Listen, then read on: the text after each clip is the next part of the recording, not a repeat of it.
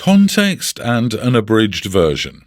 When I was 17, I was in a relationship with my twin brother's best friend Jake. It lasted 8 years till we were all finished college, and my ex had gotten enough money off his extremely religious parents to get a head start in life. If you don't know where this is going, my brother and Jake were together the whole time and used me as a cover because my feelings didn't matter. My brother had been out since his teens, which is why they came up with the idea to use me so his parents wouldn't get suspicious. My parents were angry with my brother, even cut contact for a year, but they all made up and have been pushing since then for us to speak. I refused to speak to my brother because they dismissed me when everything came out. Jake literally said, "You wouldn't understand, I had no other choice." My brother was worse. I get where Jake was coming from because his parents are nuts, but I didn't deserve to be treated like that. It's been 5 years since everything came out. I'm currently pregnant with twins with my soon-to-be husband. My brother and Jake moved back to our hometown last year.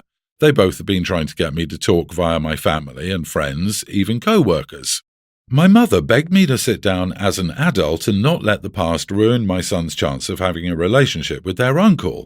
That the hate I have for my only sibling is destroying our family and my mental health. A few hours ago, I stopped by for lunch to show my parents scan photos. Guess who was there? The happy couple. I was literally in shock for a few minutes. Then, when my brother tried to hug me, I pushed him away. I got so worked up I physically couldn't stop shaking. At this, my brother and Jake tried to apologize, talk about what happened, and beg for a relationship. I was in tears and begged them to leave me alone. By the end, my brother handed me a letter and said, "I really wish things could be different. You're my sister, my twin. I do love you and it kills me we don't have each other anymore." So basically I lost it, ripped up the letter screaming that we weren't family and just wanted him to leave me alone. I walked out after that and had to get a taxi home because I was too upset to drive. Since then, my parents and family have told me I'm cruel and bitter, that I need to stop living in the past and get over it. So, am I the idiot here? Not the idiot. I feel sorry for Jake with his awful parents, but what he and your brother did to you is horrible. They betrayed your trust both as a romantic partner and as a sibling. If they had told you the truth years ago, you might have even offered to be a cover. But instead they chose to lie to you for 8 years. No one, not your brother, not your parents, no one gets to determine when you should be over it. You are not obliged to accept any apology, ever. And tell your parents if they can't respect your feelings and your decision, they will no longer be part of your or your children's lives. This was my first thought as well. Why lie to her? She had zero skin in the game, so to speak. Absolutely no reason to tell Jake's parents. This was just cruel.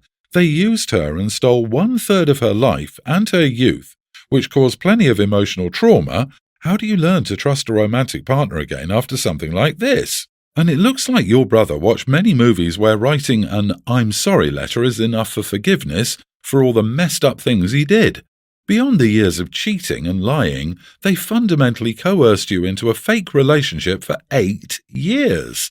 This isn't about bitterness. It's about preserving your own mental health and not surrounding yourself with people who used you and abused your trust. Not the idiot OP, they're monsters. They stole 8 years from your life because there were no other options. Now they're sorry. Yeah, right. Maybe they want something from you, like help carry their baby in the future. I would stay with no contact with them and low or no contact with your parents. You did not break your family. They did it. Now they're harassing you and putting your well-being in danger. Screw all of them. Be strong. My husband and I have been together for 6 years. I gave birth 2 weeks ago, but now I found time to write about something that happened during my hospital stay. His mom has never liked me. She had actually made a list of around 6 women she'd approve of my husband, and all of them were either his ex-girlfriends or female friends. She didn't approve of me because she didn't know me beforehand. I wasn't on the list, and she's always treated me like an outsider. Also, she's the definition of boy mom. She treats my husband like an infant who has no mind of his own and claims I'm constantly manipulating him even when the choices are his own. To be clear, my husband has always set boundaries with his mom, and he's amazing with me. He's also fought with her multiple times over her treatment towards me, and we've been low contact with her, but we do occasionally visit or call to check up on her. Typical stuff. One more thing is that my mother-in-law always expected me to act like a traditional 50s housewife. She said if having my job and doing housework is too exhausting for me, then I should quit my job and care for my husband. My husband constantly mocks her when she says that and makes it clear how ridiculous and outdated her beliefs are. On to the current story.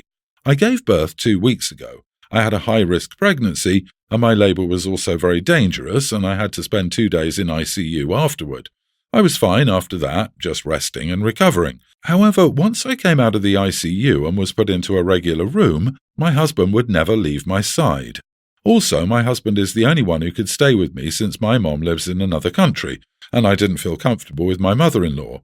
My mother-in-law kept insisting my husband goes home because he deserved to rest. My husband explained why he wouldn't go home. She visited me in the hospital.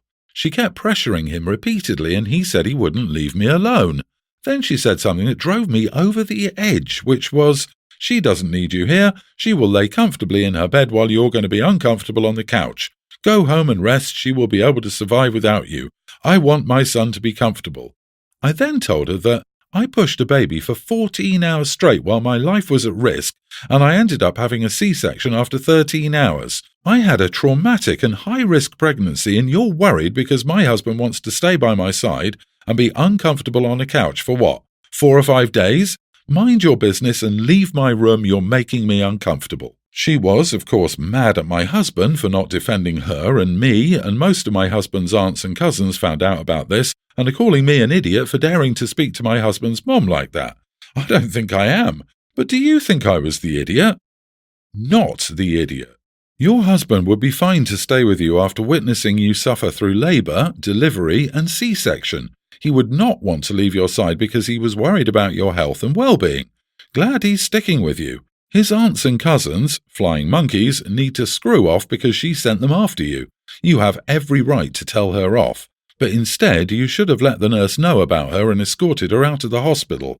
It sounds like she's telling you exactly how toxic she is and how unwilling to change she is and how little impact your going low contact has on her behaviour. Go no contact and don't let her see the baby. She will never like you, so why let a toxic person into this innocent baby's life? For the family members that think you're the idiot, I would honestly record your mother-in-law when she's talking nasty to you and play it for everyone, including her. Then maybe she'll learn to stay out. She also really needs to remember you just became the mother of her grandchild. At this point, I honestly wouldn't feel obligated to let her have contact until she can control or change her negativity and attitude towards you.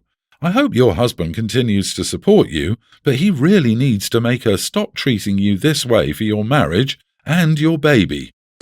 I, 24 female, was a bridesmaid a while back, and I had to get a formal lavender dress. It was custom fitted for me. My aunt loves to stalk social media and somehow likes to create problems where there are none. She posted, "Abby, my teen cousin, would look gorgeous in this, and she wants to wear it to prom this year." I again wore the dress to a last-minute New Year's Eve party. My aunt once again posts, "Don't be getting any stains on Abby's dress." I ignored her then because I had no intentions of loaning Abby the dress. Abby is curvy, and her bust and hips wouldn't fit in the dress without major alterations.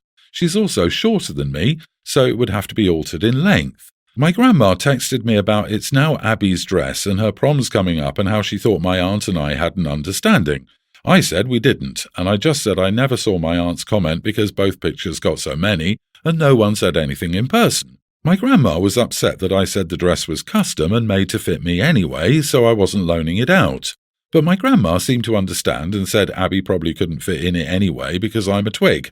My aunt somehow got into a fight with both my mom and grandma. She has yet to even talk to me and just left those 2 comments, and publicly posted a huge Instagram and TikTok story where we all body-shamed her daughter, called her fat, and won't let her wear the prom dress she was promised back in October. She tagged me in the post where I had to take down my TikTok and Instagram because of her. Abby's school friends and family members started messaging me, calling me all sorts of names. I never called Abby fat, and I'm sure my mom and grandma didn't either. I think they just said the dress was custom, and Abby probably couldn't fit into it. No one body-shamed a freaking teenager like my aunt made it out to be. We just said she couldn't have the dress for prom. Am I the idiot? What I should have done differently is stop my aunt in both October and January when she kept calling it Abby's dress. I didn't expect to get out of hand like this, and all I said is Abby and I have very different body types. Not the idiot. I would pretty much tell your aunt she can either take down those posts and apologise, or you will sue her for defamation, which is what she's doing. If you and your cousin have different body types, it makes no sense you lending the dress. I have bigger hips than my best friend, for example, so something custom-made for her won't fit me. Your aunt is an entitled bully, and someone should put her in her place. I wonder how much Abby is really involved in this. There's been no direct contact or social media posting on her part. The aunt likely tagged Abby in whatever posts so they'd be visible to her friends. I'm sure the aunt has been spewing all this nonsense aggressively to Abby too. I feel bad for her. Or Abby is also getting people to harass OP. She could be just like her mother. I would go to the police and make a report if your horrible aunt had you doxxed at work over a prom dress, even if they say there's nothing they can do to stop it. Make the report so there's a history of a complaint against her, and ask one of the officers to provide her a copy of the report. Then it's going no comment until eternity because you are so much better off without that mess in your life. And to be petty, I would be wearing that dress all over town on the day of prom, grocery shopping, a walk in the park, dinner out with friends, and take lots of photos. My husband is the type of person who doesn't ever switch off from work and life, even when we're on vacation. It can be incredibly frustrating, but I've given up on getting him to change. During our vacation, we were going to take the kids to the beach, but my husband received an important work call from his brother just before we were supposed to leave. He told me it wouldn't take longer than 5 minutes, but after waiting for over 30 minutes with a young child who kept complaining about when we were going to leave, I decided to take the kids down to the beach myself, as it was only a 15-minute walk. I would have told him we were leaving, but he'd gone into the other room and closed the door, his way of telling me he didn't want to be disturbed. So, instead, I sent him a text that we would see him at the beach. He texted me back about 5 minutes later, telling me to wait for him, but I didn't see it until we got to the beach, so when he got to the beach, he was upset with me. He said I should have waited for him since we had the whole day to spend at the beach, and he wanted to see the kids' faces when they first got there. Am I the idiot for going without him? He wanted to see the kids' faces when they first got there. Nice attempt at guilt-tripping you there, but no. Not the idiot, OP. If he wanted that, he should have shut off the phone. My ex's dad uses the same line, and its narcissism has always made me angry. He only cares about how the kids' reactions will make him feel. Will he go out of his way to make sure the kids have a great time and make tons of special memories? No. This. Sis, you would not believe how many years of my life have been wasted waiting for my husband's work calls to wrap up or just 5 more minutes on this email. Quite honestly, it's incredibly selfish. You set a boundary by leaving. He was disrespectful of your time. Funny how 5 minutes always turns into 30 or an hour. OP, take that, absorb it, and stop letting him disrespect you and the kids. And do not put up with his stupid guilt trips. If he wants to prioritize work over you, then you prioritize doing whatever you want, and he can join in when he's ready. But he does not get to expect you to wait around and waste your life away waiting for him to shift his focus back to you and the kids. The work call was with his brother. If he can't tell his brother, I'm leaving to do something with wife and kids, you have 5 minutes, talk fast or talk later, he will never be able to prioritize family over work, even while on vacation. And that's his choice. So maybe he likes to work. Perhaps he feels that work is what defines him. Perhaps he feels like he has to work or your family will be negatively impacted financially. Whatever his reasoning is, it's still his choice. And yes, he will make making those memories if he's not present. But that is his choice. He does not get to choose not to be present and complain that he wasn't present. So if you don't want to miss it, then be there. I, 26 female, currently live with my best friend, Logan, 27 male. Logan and I have known each other since we were kids. His parents and mine are best friends. We went to the same schools and then lost contact in college. After I graduated, I moved back to the area to help take care of my mom and contacted him. He was looking for a new roommate and I moved in. He's been seeing Casey, 27 female, for about 4 months, and she's there all the time. She does not pay anything towards the rent or utilities. She doesn't buy any food but has no issue eating mine. I've asked her to stop eating my food and she apologized. It's gotten even weirder where she'll use my shampoo and conditioner.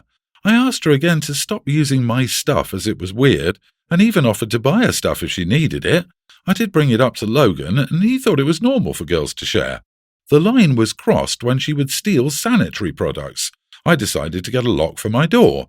I came home from work, and Logan asked if we could talk. He thought it was rude of me to put a lock on my door without consulting him. Casey has been giving me the silent treatment and doesn't see anything wrong with using my stuff. Am I the idiot for locking my room after noticing my roommate's girlfriend stealing my stuff? Not the idiot. They wouldn't even know the door was locked if someone wasn't trying to go in without your permission. If she wasn't planning on taking your stuff, the lock wouldn't be an issue. Your stuff is not communal. What is this "it's normal for girls to share" crap I keep reading here? She isn't sharing anything. She's stealing it. She's a thief and liar and does not want you there. She is triangulating. You cannot compete, obviously. Again, she wants to move in and get rid of you. Give her what she wants, or it will get worse. Much worse. You will lose a friend and your folks will feel the pain with his folks. Move in with Mom for a bit until you find another place to live. What the heck is she doing in your room? That's trespassing. I don't know the lease agreement with the landlord, but I'd check it out and see if she's allowed to be there. If not, you know what you can do.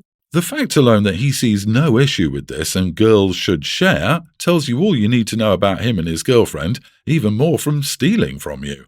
Yeah, it's time to look for new living arrangements as soon as possible.